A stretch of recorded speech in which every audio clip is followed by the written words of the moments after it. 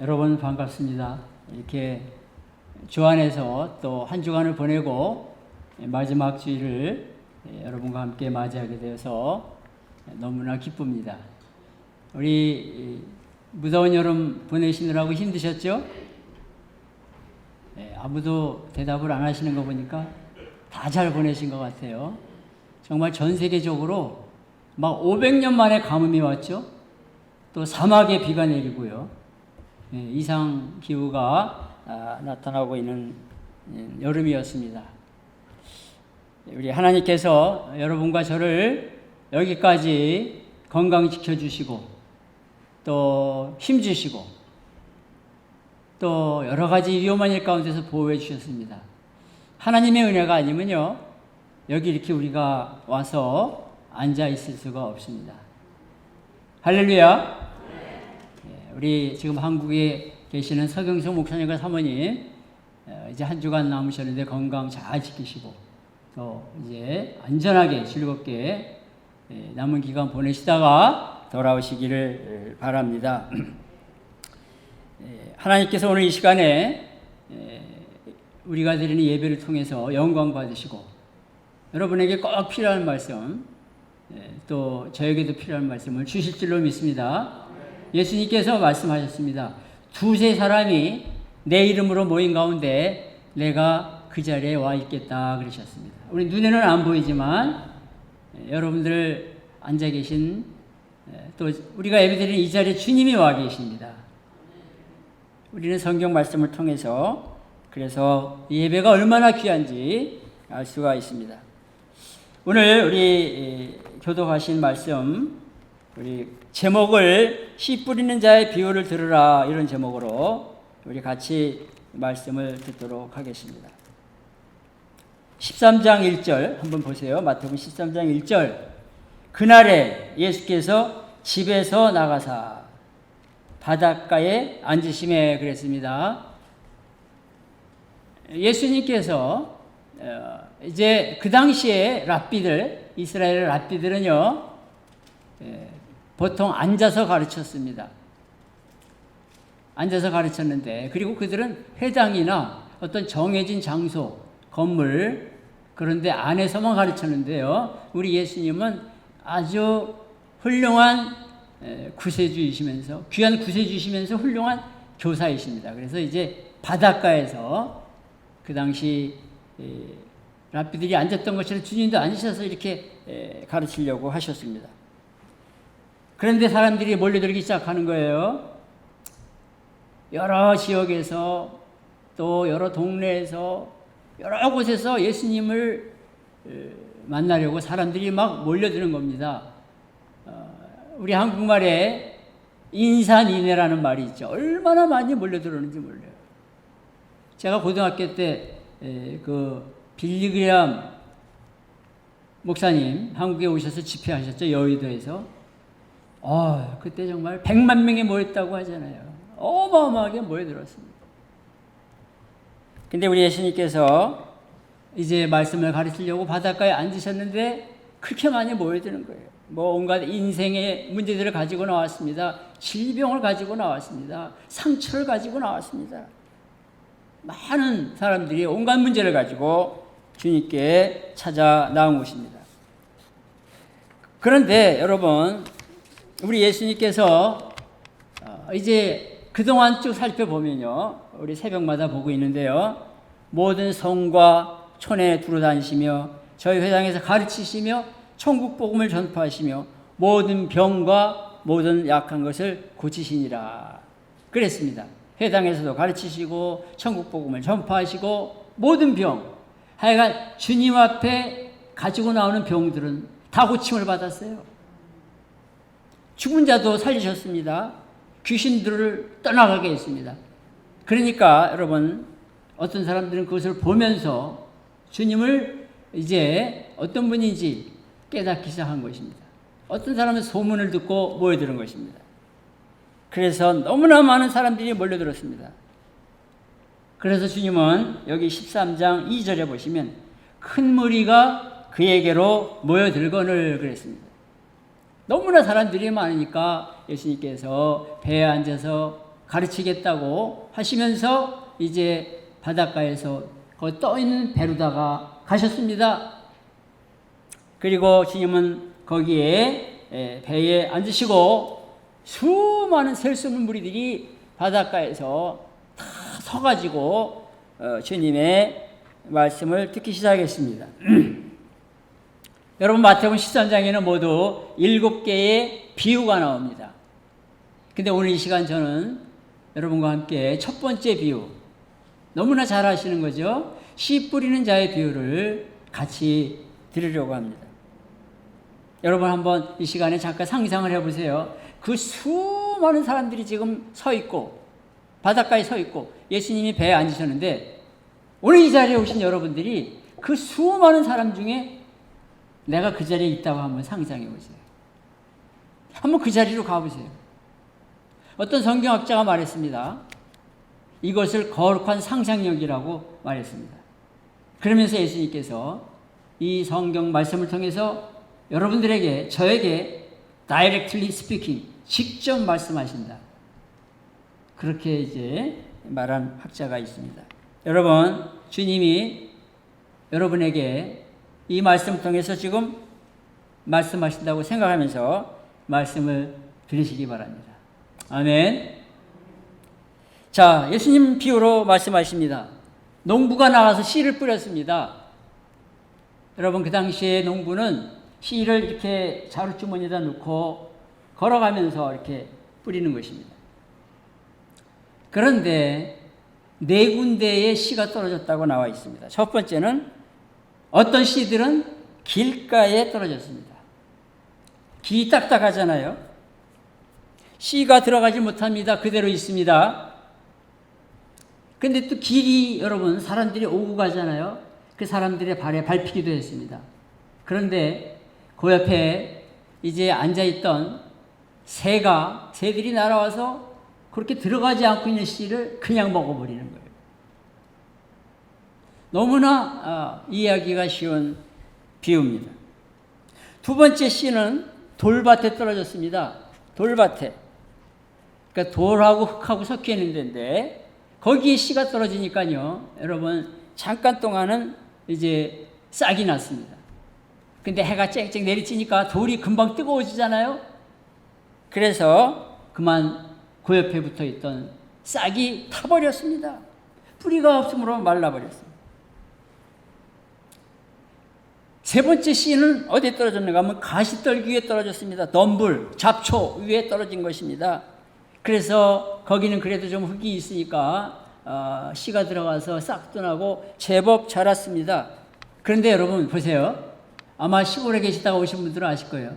잡초는 더 잘 자랍니다. 거름을 주지 않아도 막 자랍니다. 그러니까 이게 이제 씨가 들어가서 싹이 좀 나고 어느 정도 자랄 만하는데 잡초가 더 빨리 자라니까 그만 씨가 실식이 돼서 열매를 맺지 못하고 그냥 죽어버리고 말았다는 겁니다. 자, 네 번째는 씨를 던졌는데 아주 잘 갈아놓은 좋은 땅에 떨어졌습니다. 그래서 여러분 100배 또는 60배 또는 30배의 결실을 맺게 되었다는 것입니다. 수많은 사람들이 이 비유를 들었습니다.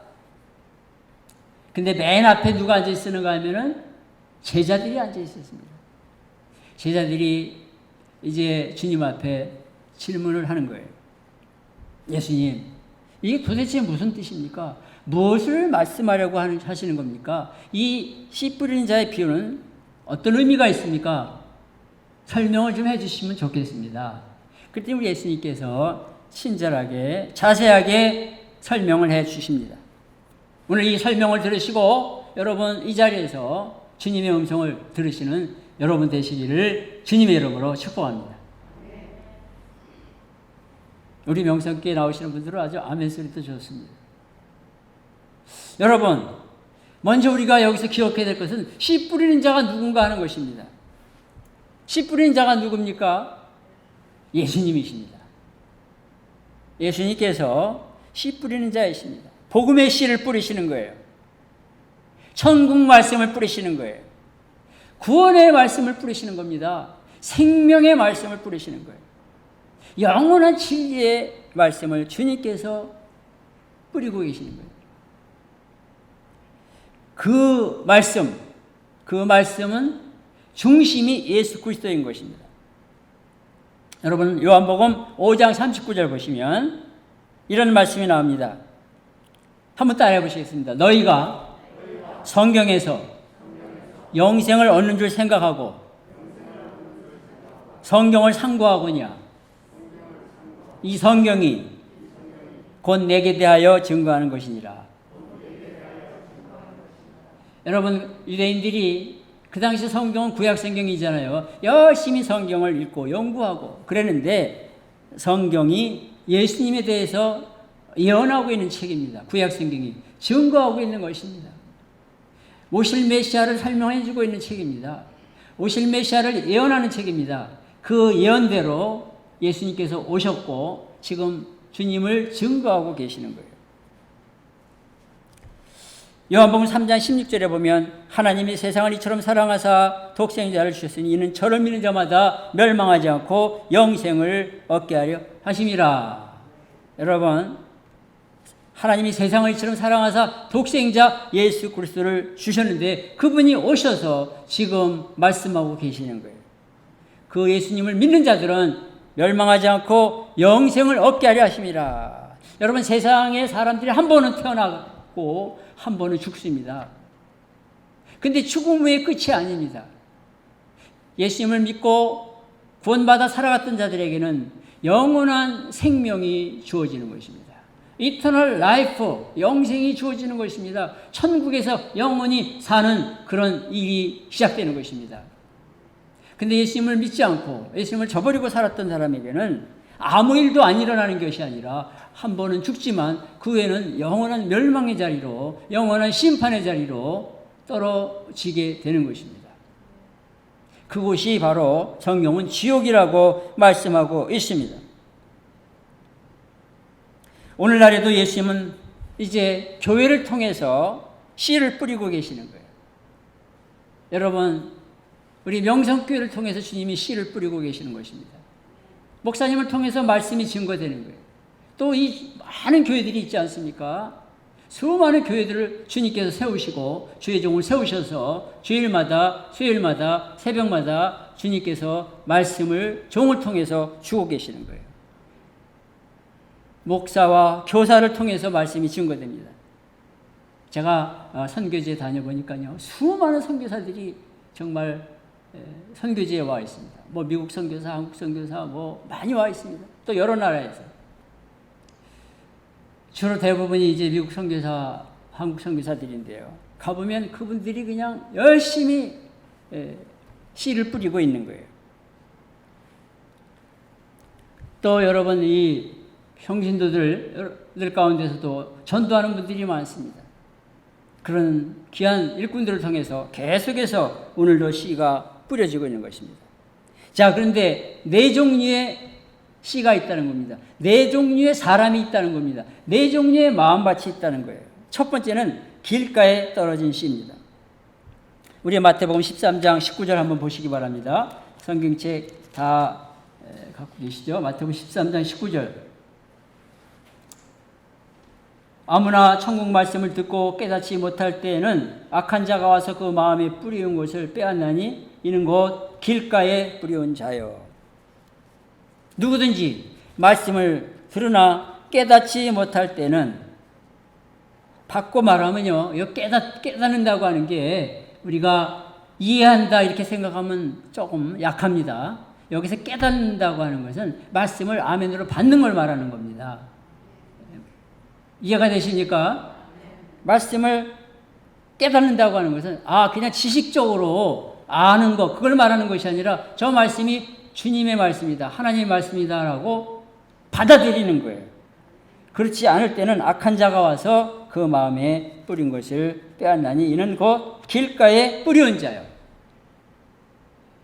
여러분, 하나님 말씀이 증거될 때, 복음의 말씀이 뿌려질 때 마음문을 열고 정말 목마른 사슴이 물을 먹듯이 정말 그것을 받아들이고 믿고 아멘하고 이렇게 해야 된다고 하는 것입니다. 구약성경 에레미야 17장 23절에 보면 이런 말씀이 나옵니다. 그 당시에 유다 백성들, 그들은 청종치 아니하며 아예 귀를 기울여서 듣지 않는다는 겁니다. 또 귀를 기울이지 아니하며 그 목을 곧게 하여 듣지 아니하며 교훈을 받지 아니하느니라. 그 당시에 하나님께서 이렇게 보니까 유다 백성들이 선지자들이 와서 말씀을 전하는데 관심이 없는 거예요. 귀를 기울여 듣지 않는 거예요. 귀를 기울이지 않는 거예요. 그 목을 곧게 하여. 여러분, 구약 성경에서 목을 곧게 한다는 것은 교만한 걸 가르칩니다.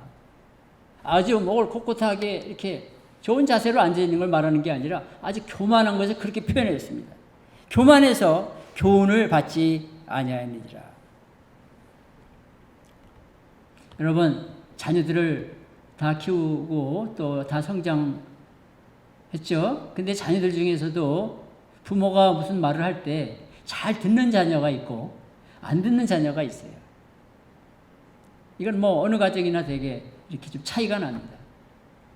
근데 이스라엘 백성들은 아버지 되시는 하나님의 말씀을 듣지 않았어요. 에레미야 25장 4절에 이런 말씀이 나옵니다. 여호와께서 그 모든 종 선지자를 너에게 보내시되 부지런히 보냈으나 너희가 듣지 아니하였으며 귀를 기울여 들으려고도 하지 아니하였다.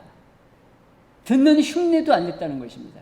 하나님께서 선지자들 주의 종들을 부지런히 보냈는데 너희가 듣지 아니했다. 귀를 기울여 들으려고도 아니했다는 것입니다. 길가와 같은 마음입니다.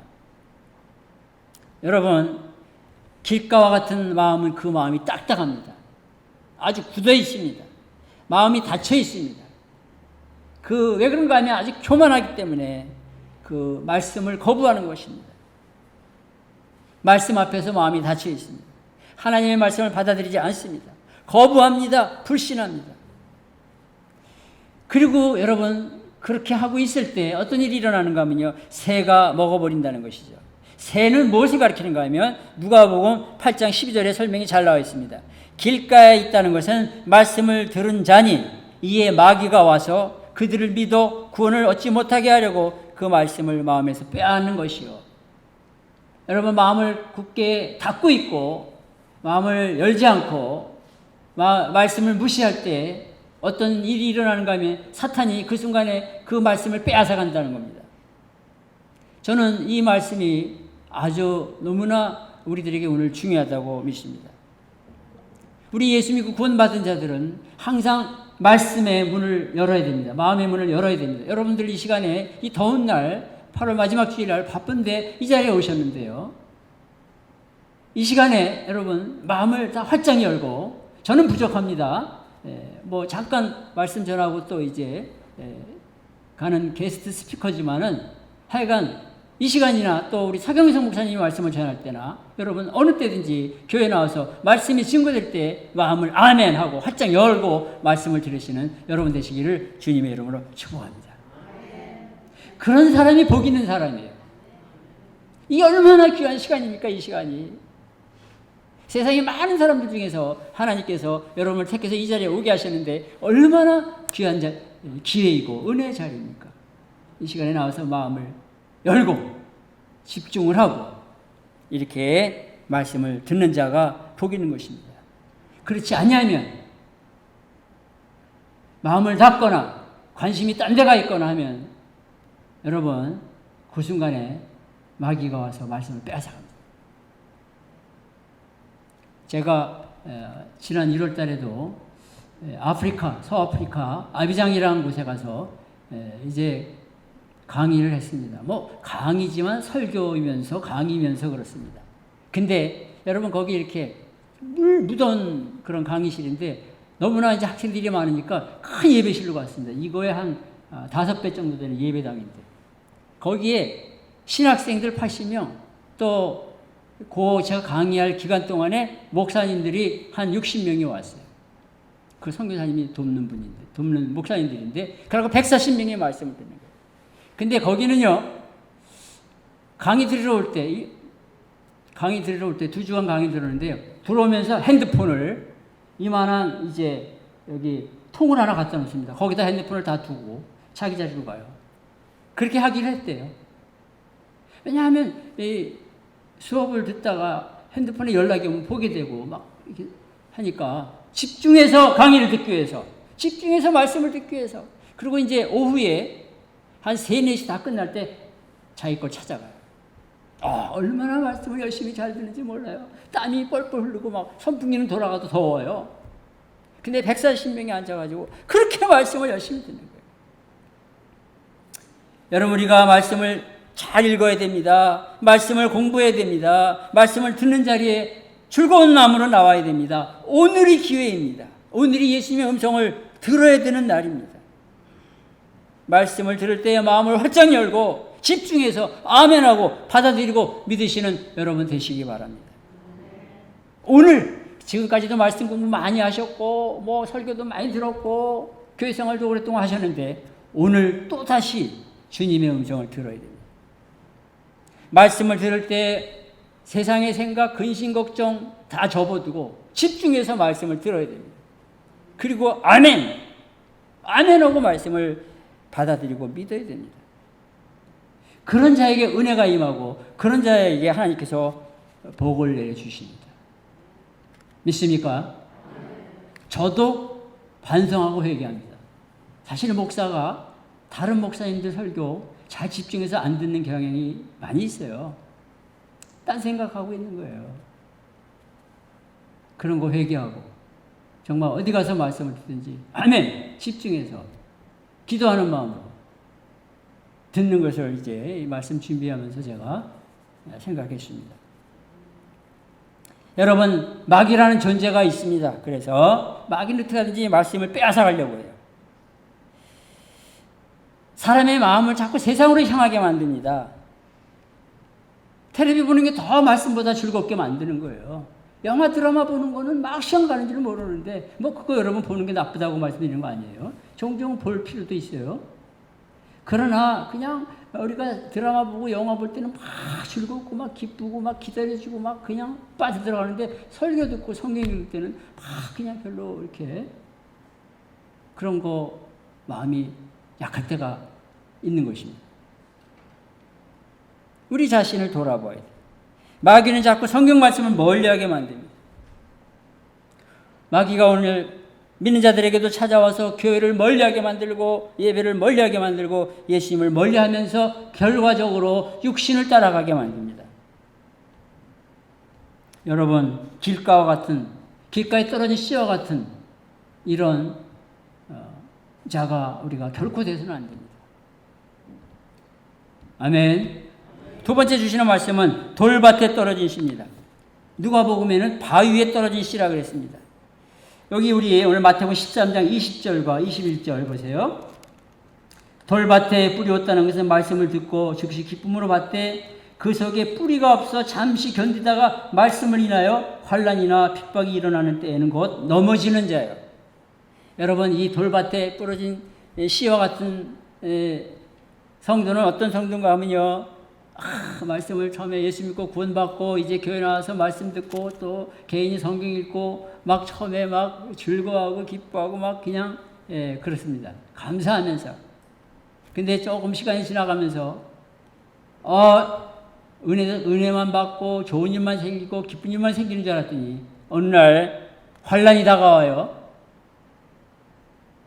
어느 날 핍박이 다가와요. 나 예수 잘 믿으려고 그러는데 가정에서 핍박하고 뭐 세상의 친구들이 핍박하고 또 교회 나와도 뭐 여러 가지로 또 핍박 주는 일이 생기고 알게 모르게. 그리고 우리 누가복음 읽어보면은 시험을 받을 때 배반하는 자라 그랬어요. 시험이 또 다가오는 거예요. 여러분 저를 보세요. 처음에 예수 믿고 막 기쁘게 시작하고 막 즐겁게 예배드리고 성경 읽고 기도하고 막 봉사하는데 갑자기 이제 환난이 다가와요. 또 막 핍박받는 일이 생겨요. 그리고 한 걸음 더 나가서 무서운 시험이 다가오는 거예요. 시련이 다가오고 유혹이 다가오는 거예요. 여러분, 오늘 이 말씀 우리가 귀를 기울여야 되겠어요. 환난을 이기는 여러분 되시기를 주님의 이름으로 축복합니다. 핍박을 이기시는 여러분 되시기 바랍니다. 시험을 이기시는 여러분 되시기 바랍니다. 두 종류의 성도가 있습니다. 저도 목회 한 교회에서 한 28년을 해봤기 때문에 성도님들을 잘 압니다. 목회도 어렵지만 신앙생활, 우리 성도들이 신앙생활 잘하는 것도 쉽지가 않아요. 여러분, 두 종류의 성도가 교회에 어디나 계세요. 환난이 오고 핍박이 오고 시험이 오면 그냥 넘어져 버리는 거예요. 포기하는 거예요. 근데 두 번째 성도는 시험이 오고 환난이 오고 핍박이 왔는데 그것을 딛고 일어서는 거예요. 여러분들은 후자의 성도가 되시기를 주님의 이름으로 축복합니다. 나 교회에 나가서 신앙생활 잘해보려고 하는데 목사님 왜 이런 시험이 다가오죠? 왜 이런 가정에 누가 아프고 뭐 어려운 일이 왜 생기죠? 왜 이렇게 또 나를 핍박하는 사람들이 많이 생기나요? 그런데 여러분, 그게 이상한 게 아니에요. 그게 정상이에요. 그런 가운데서 우리는 그것을 이기는 자가 되어야 되겠어요. 여러분, 우크라이나하고 러시아하고 지금 전쟁이 계속되는 거 알고 계시죠? 지난 2월 24일 날 이제 러시아가 침공해가지고 지금까지도 전쟁이 계속되고 있어요. 근데 제가 이번 지난 며칠 전에 그 월스트리트 저널이라고 신문이 있습니다. 미국에서 제일 많이 팔리는 신문이에요. 그 신문을 보니까 이런 기사가 났습니다. 러시아가 침공해 와서 지금까지, 시작부터 지금까지 제일 타겟 되는 사람들 대상이 우크라이나의 교회 그리고 목사들이랍니다. 우크라이나에서 제일 큰 교단이 오소독스 처치, 동방정통교회라고 우리 한국말로 그러는데 러시안 오소독스, 지금 이제 거의 이 교단이 갈라지기 직전입니다. 그런데 하여간 어쨌든 이 러시아가 침공해 와가지고 제일 타겟가 된 사람들이 크리스찬들, 그리고 한 걸음 더 나가면 목사들이라는 거예요. 그래서 그 기사가 지난 이제 월요일날 났는데 15일날 뭐라고 났는가 하면요, 군인들이 집집마다 찾아다니면서 그 사제들, 프리스트, 목사들을 잡아오고 죽이고 때리고 고문하고 그들에게 온갖 악한 일을 당하는 거예요. 뭐 교회를 빼앗고, 교회가 빼앗으면 문 닫는 거죠. 그러니까 성도들도 핍박을 당하고 시련을 당하고. 그래서 여기 이제 어떤 이제 예가 쭉 났는데요. 어떤 프리스트 목사는 러시아 군인들이 들어와가지고 빨개 벗겨서 길거리 내보냈어요. 다 교회 빼앗고. 그리고 어떤 사람은 얼마나 매를 맞았는지, 여기 several teeth missing, 이빨이 다 빠져버려요. 여러 개 이빨이 다 빠져. 얼마나 맞았는지. 지금 일어나고 있는 일이에요. 그런데요, 그 러시아 군인들이 그렇게 목사들을 죽이고 사제들을 죽이고 핍박하고 내쫓고 뭐 빼앗고 하면서 이런 말들을 하는 거예요. 너의 하나님이 어딨냐? 여기 나와 있어요. Where is your God? 또 왜 하나님이 너를 돕지 않냐 지금? 그것을 죽이고 고문을 주고 빼앗는 그 러시아 군인들이 그런 말을 한다는 거예요. 너희 하나님이 왜 너희를 안 돕냐? 너희 하나님이 어디 있냐? 너희들이 믿는 하나님은 아마 존재하지 않나 보다. 여러분, 이거 어디서 많이 들어본 말 같지 않아요? 성경에 나와 있어요. 예수님 십자가 달려서 계실 때 하나님 메시아냐? 그거 한번 내려와 봐라. 우리가 믿겠다. 6.25 전쟁이 일어났을 때 많은 성도들과 목사들이 순교를 당했습니다. 끌려가고. 똑같은 일이 지금 일어나고 있어요. 여러분, 그래서 오늘 이 말씀, 환난이나 핍박이 일어나는 때에는 곧 넘어지는 자야, 이 말씀은 남의 이야기가 아니라 우리가 기억하고 있어야 될 말씀이에요. 오늘 우리에게 온갖 환난이 다가오고 핍박이 다가오고 시험이 다가오는 일이 있어도 흔들리지 않은 믿음을 여러분 가지시기를 주님의 이름으로 축복합니다. 그런 믿음을 달라고 기도하시기 바랍니다. 지금은 기도할 때입니다. 그런 믿음을 달라고요. 3년 전에 이 코로나 바이러스가 시작이 됐습니다. 많은 어려움을 겪었어요. 우리가 조심합니다. 뭐 백신도 저도 4번인가 맞았고요. 손도 씻고 뭐 마스크도 쓰고 길거리 거리 뛰어서 걷고 뭐 조심합니다. 좀 요즘에 많이 느슨해졌지만 아직도 코로나는 계속되고 있습니다.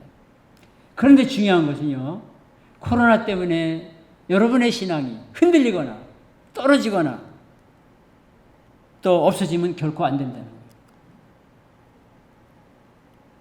코로나 때문에 신앙이 흔들려도 안 되고 예배가 멀어져도 안 되고 기도하는 일이 식어도 안 되는 거예요. 베드로전서 5장 8절에서 9절은 말합니다. 근신하라 깨어라. 따라해보세요. 근신하라 깨어라. 너희 대적 마귀가 우는 사자같이 두루다니며 삼킬 자를 찾나니 너희 믿음을 굳게 하여 저를 대적하라. 예, 주님이 말씀하십니다. 너희 믿음을 굳게 하여 대적하라 그랬습니다. 삼킴을 당하지 말라 그랬습니다. 오늘 이 두 번째 돌밭에 떨어진 씨, 이것에서 주는 교훈을 잘 깨닫고 환난과 핍박과 시험을 날마다 넉넉히 믿음으로 이기시는 여러분 되시기 바랍니다. 우리 찬송가에도 나와 있잖아요. 환난과 핍박 중에도 성도는 신앙 지켰네. 이 신앙 생각할 때 기쁨이 충만하도다. 성도의 신앙 따라서 죽도록 충성하겠네. 환난과 핍박이 다가왔는데 죽도록 충성하겠다는 겁니다. 옥중에 매인 성도나 양심은 자유 얻었네. 우리도 고난 받으면 죽어도 영광 되도다. 성도의 신앙 따라서 죽도록 충성하겠네. 우리 믿음의 선배들 일제시대 때 6.25 때도 그랬지만 막 감옥에 끌려가고 그런 데서도 굳게 신앙을 지키고 그러다가 순교한 분들도 있고요. 신서참배 거부하다가 뭐 주기철 목사님이나 뭐 이런 분들 얼마나 고난을 겪고 순교를 했습니까? 성도의 신앙 본받아 원수도 사랑하겠네. 인자한 어느 행실로 이 신앙 전파하리라. 여러분, 돌밭에 떨어진 씨가 주는 교훈을 우리 모두가 간직해야 되겠습니다. 세 번째로 가시떨기에 떨어진 씨입니다. 우리 13장 22절 마태복음 13장 22절 가시떨기에 뿌렸다는 것은 말씀을 들으나 세상의 염려와 제2의 유혹에 말씀이 막혀 결실치 못하는 자예요. 여러분, 가시떨기에 떨어진 씨는 어느 정도 신앙생활을 그래도 했던 성도를 가리킵니다. 여러분, 예수님을 영접하고 이제 교회 봉사도 하고 식분도 맡고 또 신앙의 시간도 흘러가고 많은 일을 수고했습니다. 그런데 열매가 없이 중간에 끝나버리는 경우를 말씀하고 있습니다. 왜 그럴까요? 세상의 염려가 너무나 많은 거예요. 여러분, 뭐 얼마나 염려 종류가 많습니까? 건강 염려, 자녀 염려, 물질 염려, 뭐 온갖 염려. 그러니까 염려가 많으니까요. 신앙이 열매를 못 맺는 거예요. 염려에 눌려가지고. 말씀이 나를 지배해야 되는데 늘 염려하고 걱정하고 두려워하는 거예요. 그 다음에 재물의 유혹. 미국에 와서 처음에는 주님만 의지하고 바라봅니다. 그래서 그냥 주님 중심으로 예배드리고 이기며 나갔는데 미국 생활이 이게 만만치 않잖아요. 그러다가 보니까 자꾸 열심히 일하는 건 좋은데 예배도 소홀히 되고 막 힘들면서 예배가 멀어지는 거예요. 그러다가 이제 돈과 물질을 따라가게 되고 돈과 물질을 의지하게 되고 그러다가 마지막에는 하나님을 잊어버리고 그냥 세상 길로 가게 되는 것입니다. 여러분, 이 여러 가지 세상의 염려와 물질에 대한 것, 이런 것들도 우리가 기도하면서 주님께서 주시는 힘으로 넉넉히 이기시기를 바랍니다. 베드로전서 5장 10절에 보면 너희 염려를 다 주께 맡겨버리라. 이는 저가 너희를 권고하십니다. 권고는 돌봐주신다는 거예요. 염려를 다 주께 맡기라. 따라 보시겠습니다. 너희 염려를 다 주께 맡겨버리라. 믿으십니까? 염려가 기도 제목이에요. 염려가 다가올 때마다 기도하라는 사인으로 알고 기도하시기 바랍니다. 또 물질을 의지하고 싶은 마음이 생길 때마다 우리가 열심히 일하는 건 중요하지만 물질이 내 주인이 아니에요. 물질이 천국 가게 하는 게 아니에요. 필요한 것뿐입니다. 이렇게 기도하면 더 좋아요. 하나님, 물질 저한테 주셔서 선한 일에 많이 힘쓰게 도와주시옵소서. 그 물질 가지고 남을 도와주게 도와주시옵소서. 그 물질 가지고 교회도 잘 섬기게 도와주시고, 그 물질 가지고 불쌍한 이웃들 돕게 도와주시고, 그 물질 가지고 또 선교하는 데도 쓰게 해주세요. 이런 기도는 얼마나 하나님께서 귀하게 여기시겠어요. 자, 그런데 이 가시떨기에 떨어진 시에 중요하게 다가오는 것이 있는데 누가복음 8장 14절에 나옵니다. 가시떨기에 떨어졌다는 것은 말씀을 들은 자니 지내는 중에, 잘 들으세요, 이생의 염려와 재리, 요거는 아까 마태복음과 똑같은데 하나가 더 들어갔습니다. 누가복음에 일락의 기운이 막혀 온전히 결실치 못하는 자, 일락이 더 들어갔습니다. 일락은 뭘까요? 쾌락입니다. pleasure. 예수 믿고 교회도 어느 정도 신앙생활하고 봉사도 하고 또 잘 했는데, 목사도 마찬가지예요. 성도도 마찬가지고요. 어느 날 이 세상 향락, 쾌락의 욕심이 슬그머니 들어오는 거예요. 은밀하고 무서운 세상 쾌락에 그만 사로잡혀 버리는 겁니다. 그래서 마치면은 가정이 깨지고 교회에서 하나님의 영광 가리우고 세상 사람들한테도 비웃음을 당하는 그런 사람으로 되어버리는 거예요. 결국은 예배를 떠나고 교회를 떠나고 예수님을 저버리며 세상 사람들과 똑같이 살아가는 그런 크리스찬들도 종종 볼 수가 있습니다. 그런 목사들도 여러분 종종 볼 수가 있어요. 왜 그렇습니까? 이 쾌락, 일락에 사로잡혀서 열매를 맺지 못하고 도중하차하는 거예요. 그래서 우리 예수님께서 마태복음 26장 41절에 말씀했습니다. 시험에 들지 않게 깨어있어 기도하라. 여기서 시험은 바로 그런 무서운 유혹, 무서운 시련, 이런 것들을 가리키는 것입니다.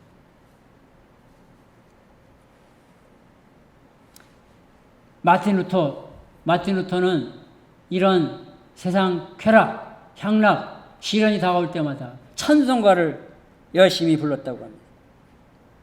왜냐하면 그 여러분 쾌락을 주고 이런 것들을 주는 것은 배후에 사탄이 주는 거예요. 근데 이 사탄은 찬송을 싫어하니까 이 마틴 루터는 찬송을 열심히 불렀다고 하는 것입니다. 그 중에 유명한 찬송이 내 주는 강한 성이요. 그 3절에 보면 이런 가사가 나옵니다. 이 땅에 마귀 들끓어 우리를 삼키려 하나 겁내지 말고 섰거라. 진리로 이기리로다. 친척과 재물과 명예와 생명을 다 빼앗긴데도 진리는 살아서 그 나라 영원하리라. 할렐루야. 여러분, 이 가시떨기가 저는 오늘날 많은 크리스찬들에게 아주 경고의 말씀이라고 믿습니다.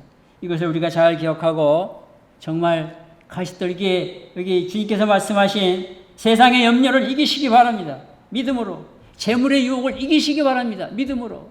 또 여러 가지 이 세상의 향락, 쾌락이 다가오는 것도 말씀으로 싸워서 이기고 우리가 바르고 빛과 소금의 역할을 하면서 살아가는 여러분과 제가 되어야 될 줄로 믿습니다.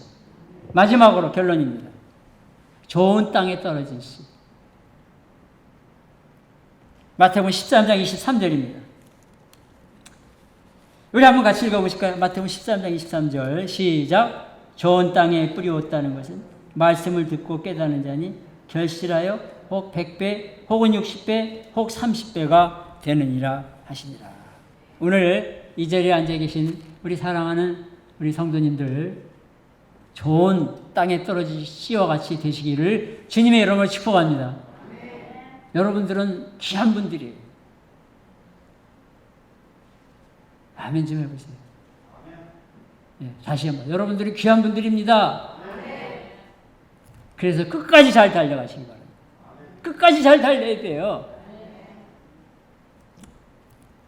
좋은 땅에 떨어진 씨가 되어야 되겠어요. 신앙의 열매들이 우리들의 삶을 통해서, 우리들의 인생을 통해서 많이 나타나야 되겠어요.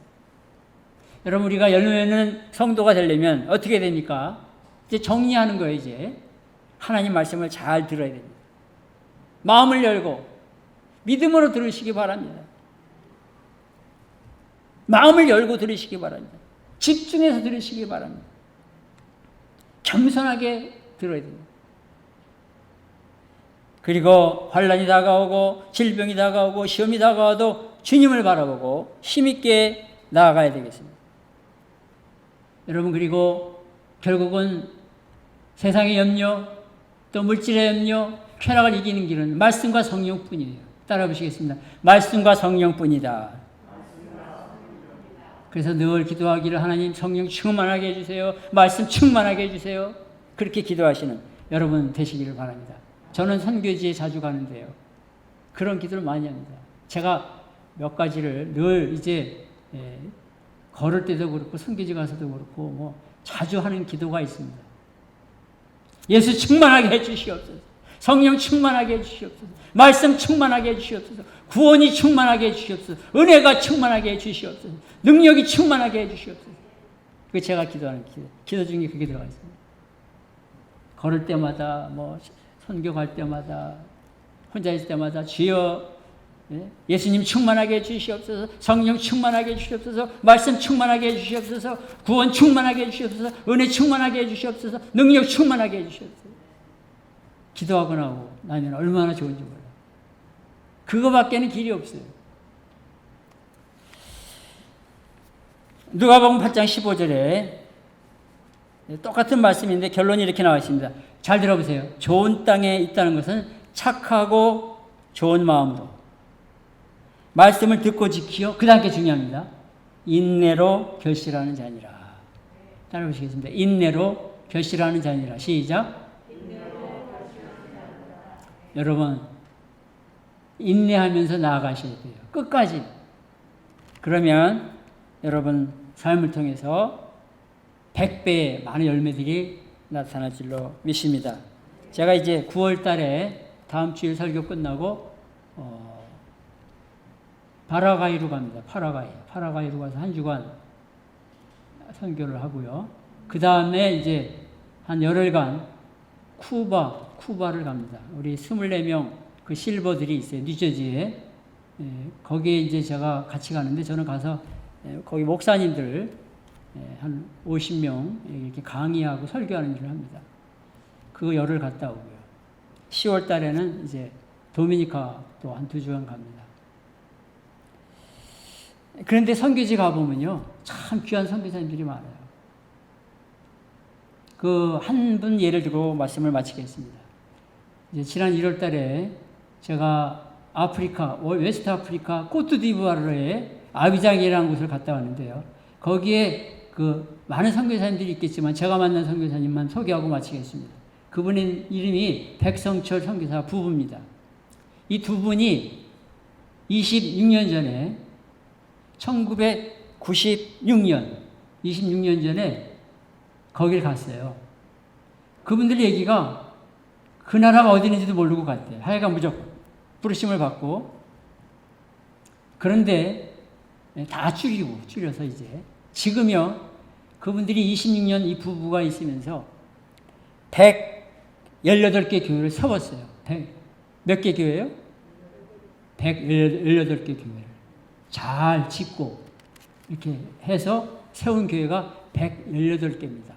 물론 이제 여러분들이 후원하고 교회도 후원했고 했지만 118개 교회를 이 부부가 세웠어요. 그리고 신학교를 세웠습니다. 장로교단을 만들었어요. 아프리카에. 이 아프리카는 캐톨릭 국가라서 장로교는 이단 취급을 받았어요. 그동안. 근데 장로교를 만들어서 교단이 형성이 됐어요. 그 다음에 중고등학교를 세웠어요. 초등학교를 세웠어요. 병원을 세웠어요. 수많은 일들을 여러 사람들이 같이 협력하고 했지만 하여간 이 부부 선교사를 통해서 이루어진 거예요.